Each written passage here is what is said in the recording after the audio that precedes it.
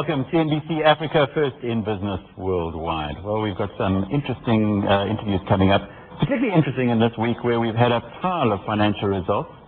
We weren't able to get around to all of them, but on Monday, a 29-cent share came out with some numbers that show that progress at Mercantile Bank is continuing apace.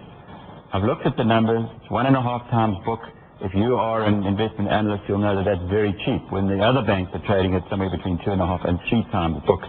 We will be talking to the Chief Executive, Dave Brown, about that one in just a little while. But first up is his namesake, to a degree anyway, Mike Brown, who's been running Satrix here in South Africa very successfully. Mike, you've got a new listing today, which we'll talk about in a moment. Thanks, Alex. Yes. But since 2000, when Satrix started, exchange-traded funds in South Africa, they've taken off. How much do you have under management now? About 8 billion rand in total. That's through now 6 Satrix products. Still a long way to go to catch the unit trust. Oh, yeah. But we're catching up slowly, but we see a lot of promise ahead for ETFs. It's interesting that it's taken so long to get going in South Africa, yet worldwide, exchange-traded funds are, I don't know if they're beating unit trusts, but they must be challenging. I think worldwide there's more institutional money flowing into ETFs. Exchange-traded funds are effectively unit trusts, but they're listed on stock markets. So they're very tradable and they're very easily accessible, particularly people who want to get in and out very quickly into the market to take advantage of market timing. And it's simple stuff. It's an umbrella or a share. A basket. It's a basket. So you actually have a basket which affects an index. So let's say you want to buy the top 40 index in South Africa. You buy the Satrix 40. That's got exactly the basket of shares that makes up that top 40 index. So you buy Satrix 40, that gives you exactly the performance of the top 40 index. Buy one share and own a portfolio of 40 shares. It's as simple as that. And if you were to ignore all the marketing jargon, you'd realize that Satrix or the index outperforms 70% of actively managed funds anyway. Yes, particularly once you start taking cost into account, it's quite difficult to outperform the average return of the market. Particularly if you've got a good index. And a good index is an index which covers the top companies in the market. And most activity in the market happens in those top companies. Or you've got a special sort of index like the one we're going to talk about later, the Satrix Dividend Plus. Exchange-traded funds in South Africa, certainly from your side, Satrix, you've got the Indi, the FINI, the Resi, which is industrial, financials, and resources. The SWIX, which takes up a big chunk of the resources overweighting, and then the Satrix 40. Yes. And today you've launched what could be the most exciting of all of them, certainly for people who are looking for income yield. It's called the Satrix Divi Plus. Yes, that's right. Why that name? Well, it's actually based on the top 30 companies on the JSE that pay dividends, normal dividends. So we take away special dividends and capitalization awards. So you just say, what are the normal sustainable dividends being paid by companies, and take the top 30 companies that pay the best dividends. Then you consider using historic dividends. Obviously the JSE looks at that when they compile the index. They then take the forecast, the one-year forecast of the companies that are going to have the best dividend earnings 1 year ahead. That's why they call it the Dividend Plus Index. And you also go outside of the top 40 companies of the JSE and look into the mid-cap index. How many companies does that bring? Well, what you've really got is you've got a basket now of 100 companies on the JSE. So you've got the top 40 plus the mid-caps, which is another 60, 70 companies. So out of that basket of 100 companies, the FTSE JSE index chooses the top 30 dividend-paying companies out of that particular basket. Where did the idea come from? It's very popular overseas, particularly in America, and now quite popular in Europe. And the reason is people are looking for high income, which this sort of thing does give you. The all-share index on the JSE gives you a dividend yield of about 2%. This product will give you a dividend yield of between 4.5% to 5%. Now that adds up a bit, particularly if you think the dividends are growing by about 30% per annum. So in 3 years' time, this will give you a dividend yield of 10% if you buy today and you hold the shares. So that's nice, because earnings are tax-free at the moment in South Africa, so that makes quite a big difference. Why did it take you so long then, if it is popular abroad, to launch it here? Well, JSE launched it in August last year, this particular index. And we applied to actually sort of product in it, and there was a bit of a bottleneck in the FSP and the JSE. And it just takes time to get these things to market. But we put our papers in last November, so it didn't take all that long. It took a couple of months for us to say, this is great, let's go with it. And it's taken us until now to launch the product. Launch today on the JSE. Yeah. How did it trade today? It looks like about 4 million shares have traded. Now, we had quite a successful launch. We raised 224.7 million rand. That's been one of the better IPOs in recent times in terms of money raised. But the interesting thing was that 5,000 investors applied.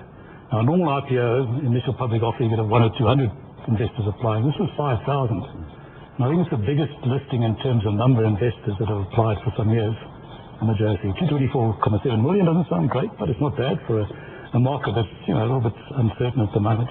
But 5,000 investors coming in is very interesting. Did you market to the existing Satrix base? We took the existing Satrix base, but we also went around the country and talked to interested people, and so we had road shows.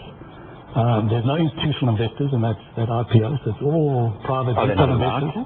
They're not allowed to, but I think institutions look and say, let's see what the price is going to be, let's see how it trades, and then we'll do something. And how did it trade this morning? It started at 127, which is the value of the index, and it went to 130, so people were prepared to pay above the index. In your prospectus, you're looking at R1.40 at a yield of 4.5%. Yeah. So if it's 127, presumably the yield would be a little steeper. Well, the JSE doesn't publish the forward yield. We think the forward dividend yield is probably going to be in the region of certainly above 4.5%, but perhaps close to 5%. But let's see how it does. How do you decide on your constituents? And you told us that you get the top 30 through the 30 highest dividend yield, but the weightings of them. African Bank is the biggest weighted of the shares of the 30 that you've got in. You see, that's interesting, because what this is a different sort of dividend, different sort of index. Sorry. What you do is, or what the JSE does, is they say, let's take the top 30 dividend-paying companies, let's weight them according to their how high their dividend yield is. The African Bank is expected to pay a forward dividend yield in the region of 7.5%. So they weighted 7.5% in the index. A company which pays, say, 3% dividend yield would have a weighting of around 3%. So what you're doing is you're giving more weighting to the companies that pay the highest dividend. So nothing to do with market cap? Nothing to do with market cap or size. They just look at dividend yields, and they look at sustainability of dividends, and they look at liquidity. In other words, can you buy and sell these particular shares? How do you work out the sustainability of dividends?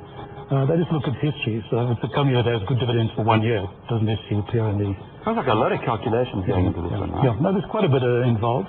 It's what's called fundamental indexation. Now, a normal index, you look at market cap. You look at the size of companies and you put those into an index. Now, performance doesn't necessarily matter. The big companies don't always outperform the small companies.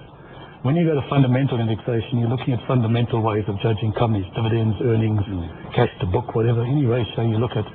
So you're actually taking performance criteria and selecting in the market those shares that will perform best in terms of those criteria. And that's what the dividend plus index is. I can imagine some people sitting down with the list of the 30 constituents, which you can get from the screen now. You can actually get it from the Satrix website, and saying, I'll be better if I just take the first 5 or maybe the first 7, because that'll give me a higher dividend yield than going with the Divi Plus with a transferred fund. You can choose the individual stocks. I mean, everybody's got that option. But don't forget here, you're buying one share. So you're paying brokerage once, and you've got the cost once, and you're getting a whole portfolio of 30 shares. Diversification. You're getting diversification. You're getting a spread portfolio. This portfolio has got only 3 mining companies in it, 3 platinum companies. The rest are banks, financial companies, and insurance and other types of because the other mining companies just never shaped in the top 30? Well, mining companies tend to put cash back into digging holes in the ground, and maybe there's ore there, maybe there isn't. So they don't tend to pay high dividends. Well, one interesting stock here that comes out is Hulamin, which is, you've got a 0 for the future dividend. What gives there? Now, the numbers there are the historic dividends. JSE doesn't disclose the future dividends. So Hulamin's a new company that's just listed, but they said it comes out of Tongaat Hewlett's, and it has a record of paying good returns to shareholders through Tongaat. So put it in. So they put it in, because the forecast indicates that company is actually going to pay quite a good dividend. Mike, can you also have a look at the forecast being made by investment analysts? How does all of that work? Well, again, I don't specifically do that. The JSE does that. But what they do is they take a consensus forecast. So if you look up on these various consensus forecasts, maybe the competitors, you also won't mention the people who do that, but all the analysts put their forecast into platforms. For most of them, I think the consensus forecast covers about 120 companies on the South African market.